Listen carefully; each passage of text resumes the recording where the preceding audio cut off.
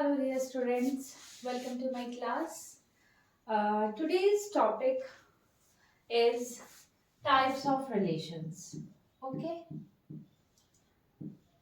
we have already started this chapter which is relation and function, first chapter of class 12, and all we have discussed in last video. We have discussed about the relation, Cartesian products of sets, range, domain and range of relation. Okay, now our next topic is types of relation. Okay, so we will discuss about types of relation in today's video. Okay, so let us start the video. Our topic is types of relation. We will discuss first. We will discuss about three types of relation, which are void relation. Okay, second one आपका universal relation and third one जो है और भी relation है but पहले हम इन तीनों के बारे में डिस्कस करते हैं void relation universal relation and identity relation okay तो will discuss one by one about these three relation okay identity relation so we'll start with the void relations क्या होते हैं okay so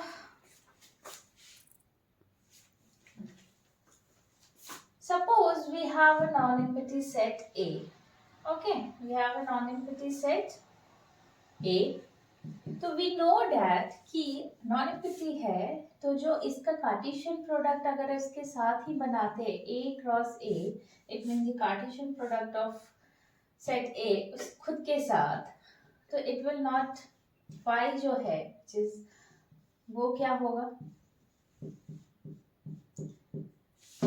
phi will belong to मतलब if it is non we have non empty sets okay और any set okay कोई भी set है तो phi तो सबसेट है ना this phi is a subset of A cross A तो दिस अगर it is a subset of Cartesian product of A then ये क्या होता है ये that is the relation it is a subset है it means it is a relation on A okay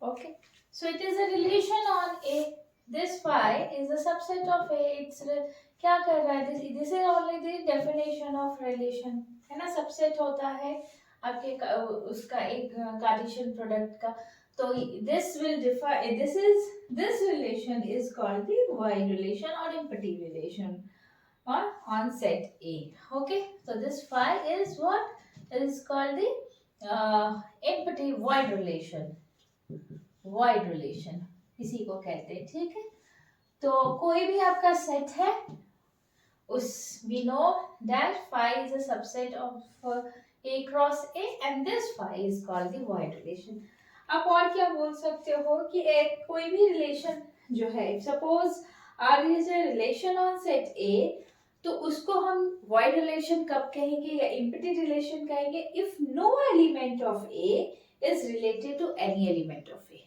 okay इसका आपका सिंपल सा मीनिंग क्या हो गया this what does it this wide relation mean और इम्पटी रिलेशन मीन्स इसका मतलब ये हुआ कि कोई ए का कोई भी एलिमेंट जो है वो no element of A is related to any other element of A एक दूसरे से रिलेटेड नहीं है ठीक है अगर suppose we have a set A उसी को हम ले ले एक और मतलब दिस सेट इसके जो भी एलिमेंट है वो खुद के साथ कोई उसका अपने एलिमेंट के साथ कोई रिलेशन नहीं है okay this simply means okay तो this is called what void relation now next one is universal relation so the second type is universal relation universal क्या होता है universal relation क्या होता है let's see suppose you have a set A okay A आपके पास एक क्या है सेट है तो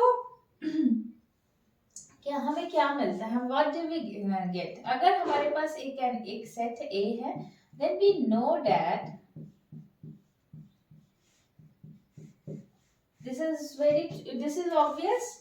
Okay, A cross A is a subset of A cross A, and it is a relation. This is a what is relation है R, कोई ये एक relation हो गया, तो it means वो खुद से क्या है, इसको क्या बोलते हो आप, यूनिवर्सल रिलेशन बोलते हैं. Okay, this is called universal relation. It means क्या है, एक रिलेशन अगर है, there is a relation R, उसको हम यूनिवर्सल रिलेशन कब कहेंगे, if each element of A is related to every element of A. इसका मतलब तो यही हुआ ना कि इसके जितने एलिमेंट है ए के, वो ए के सारे एलिमेंट से रिलेटेड है. ओके, सपोज अगर आपको कुछ ऐसे एग्जांपल देने हो कि कैसे, हाउ विल यू से कि एक this relation is universal relation, तो वी विल सी, हम कुछ एग्जांपल्स के साथ क्लियर करेंगे. ओके, बट अभी हम सिर्फ अभी डेफिनेशन देख रहे हैं, देन वी विल मूव कि कुछ कैसे एग्जांपल्स है यूनिवर्सल रिलेशन के, या फिर अभी इसके पहले जो हमने वॉइड रिलेशन पढ़ा उन सबका भी एक एग्जांपल देंगे. But let us see, focus on अभी हम डिफाइन कर रहे हैं कि what are universal relation. Okay, तो यहाँ पे हमारे पास एक सेट था, तो we know that कि A cross A is a subset of A and this is a relation, and this relation is called what, universal relation. ठीक है, and next one is जो हमारा टाइप ऑफ रिलेशन होता है, एक होता है आइडेंटिटी रिलेशन. तो what is identity relation, let's see. So third one is identity relation. ठीक है, आइडेंटिटी रिलेशन क्या होता है, क्या आप देखते हैं. अगर suppose you have a set ए, ठीक है, एक सेट ए है, तो identity relation is denoted by like this. Identity relation, और है ना, the relation on A, the identity relation on A is denoted by this. इसका मतलब क्या होता है, it is a set all. okay, इसका मतलब क्या हुआ, अभी हमने ये इसको मैंने लिखा है, this means identity relation का मतलब ये हुआ कि every element of A is related to itself only. It is this set, इसमें जो आप देख रहे हो, it is the pair, ordered pair किससे रिलेटेड है, खुद से. वो A जो है A से ही रिलेटेड है, मतलब जितने भी एलिमेंट्स हैं A के, वो किससे रिलेटेड है, अपने से रिलेटेड है. Itself, it is related to itself only. इसके अलावा और कोई किसी भी एलिमेंट से वो रिलेटेड नहीं है. ठीक है, तो आइडेंटिटी एलिमेंट क्या होगा किसी भी सेट का, this IA, it is denoted by IA. So identity element of on a set A is called the identity relation if every element of A is related to itself only. So this is called the identity relation.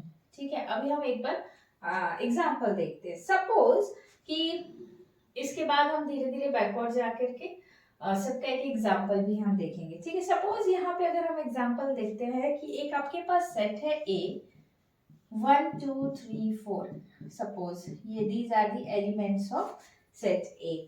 तो आपका relation क्या है, suppose IA is a relation है,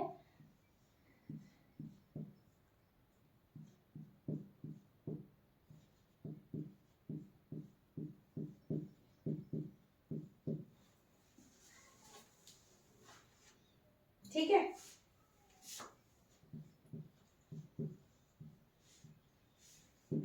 आप क्या देख रहे हो, इन दिस रिलेशन, एक रिलेशन है, in this relation every element of A is related to itself only. उसके अलावा किसी और के साथ रिलेटेड नहीं है.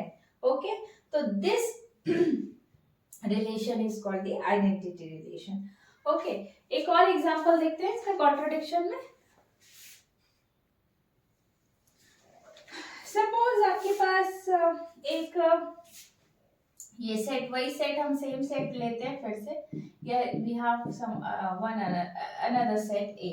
ठीक है, elements are 1 2 3. Okay, we have relation, suppose R1 is a relation on set A. ठीक है, क्या है, एक ये है, ठीक है.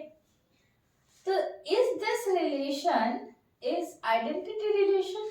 यहाँ पे भी आप देख रहे हो कि ये एलिमेंट है, ये एलिमेंट है, they are related to each to itself only. But यहाँ पे एक और एलिमेंट है 3, जो कि यहाँ पे नहीं है. वो 3 is not related to itself, है ना. तो इसका मतलब ये हुआ कि एक हमारा एक और एलिमेंट होना चाहिए था, बट ये क्या हो रहा है, R1 में बिलोंग नहीं कर रहा है. तो इसका मतलब this relation is not a what, identity relation. इसका मतलब अभी समझ में आया कि आइडेंटिटी रिलेशन क्या होता है. अगर if you have a set and if the identity relation on that set A is called if every element, हर एक एलिमेंट जो है is related to itself only, that's it. Okay, so that is called the identity relation. ठीक है. Now let us see an example of universal relation. Okay, now example of अभी हम universal relation का एक example देखते हैं. ठीक है, सपोज कि आपके पास कोई एक सेट है A. ठीक है, 1 2 3 4 5, ठीक है, एंड 6. ये एलिमेंट्स है A में, and we have defined a relation on this set R, which is what, set of all AB, ordered pair AB which belongs to R, such that क्या है, which is greater than equal to 0. This is a relation that we have defined on set A. Okay, अभी हम क्या देख रहे हैं यहाँ पे कि हमारा इसमें क्या दिया है, हमने क्या ऑब्जर्व कर रहे हैं, we have A minus B this is greater than 0 for all AB, है ना. belongings for all AB कहाँ हो रहा है, A के है. ठीक है, A mod of A minus B is greater than 0 for all AB. ये एक रिलेशन है. इसका मतलब क्या हुआ, जितने AB आपके ऑर्डर्ड पेयर मिलेंगे आपको, ऑल ऑर्डर्ड पेयर जो भी मिलेंगे वो क्या होंगे, कहाँ होंगे, this implies this for all AB belongings to A. इसका मतलब क्या हुआ, each element of A, set A is related to every element of B. इसका मतलब क्या हो गया, सिंपली इसका मतलब यही होगा कि जितने एलिमेंट्स है A के वो किससे रिलेटेड है, अपने से रिलेटेड है ना.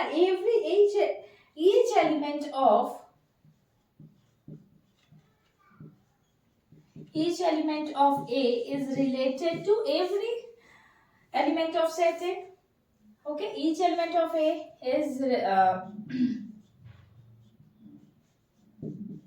to every element of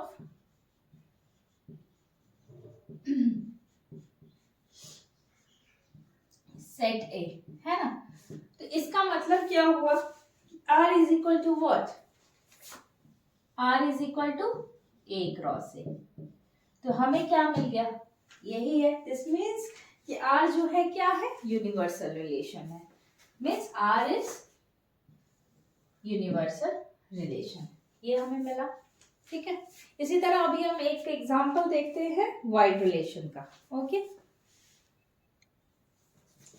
now let's see an example of void relation. ठीक है, वाइड रिलेशन का एक एग्जांपल देखते हैं हम. ठीक है, अभी सपोज ये आपके पास एक सेट A है which is equal to 1 2 3 4 5 and we have defined a relation R on this set A by कैसे डिफाइन किया, AB where such that A minus B is equal to 12. This is the relation we have defined on set A. अभी क्या आप observe करोगे, देखो let's we observed that क्या है, A minus B is equal to क्या होना चाहिए, 12 होना चाहिए। बट यहाँ पे कोई भी एक दो एलिमेंट ले लो, उसको आप जब माइनस करते हो any two elements of this set never be equal to, उसका डिफरेंस जो है 12 के बराबर आ रहा है। कोई भी एनी टू एलिमेंट है ना, this is true for any two elements, है ना, एलिमेंट्स ऑफ सेट ए।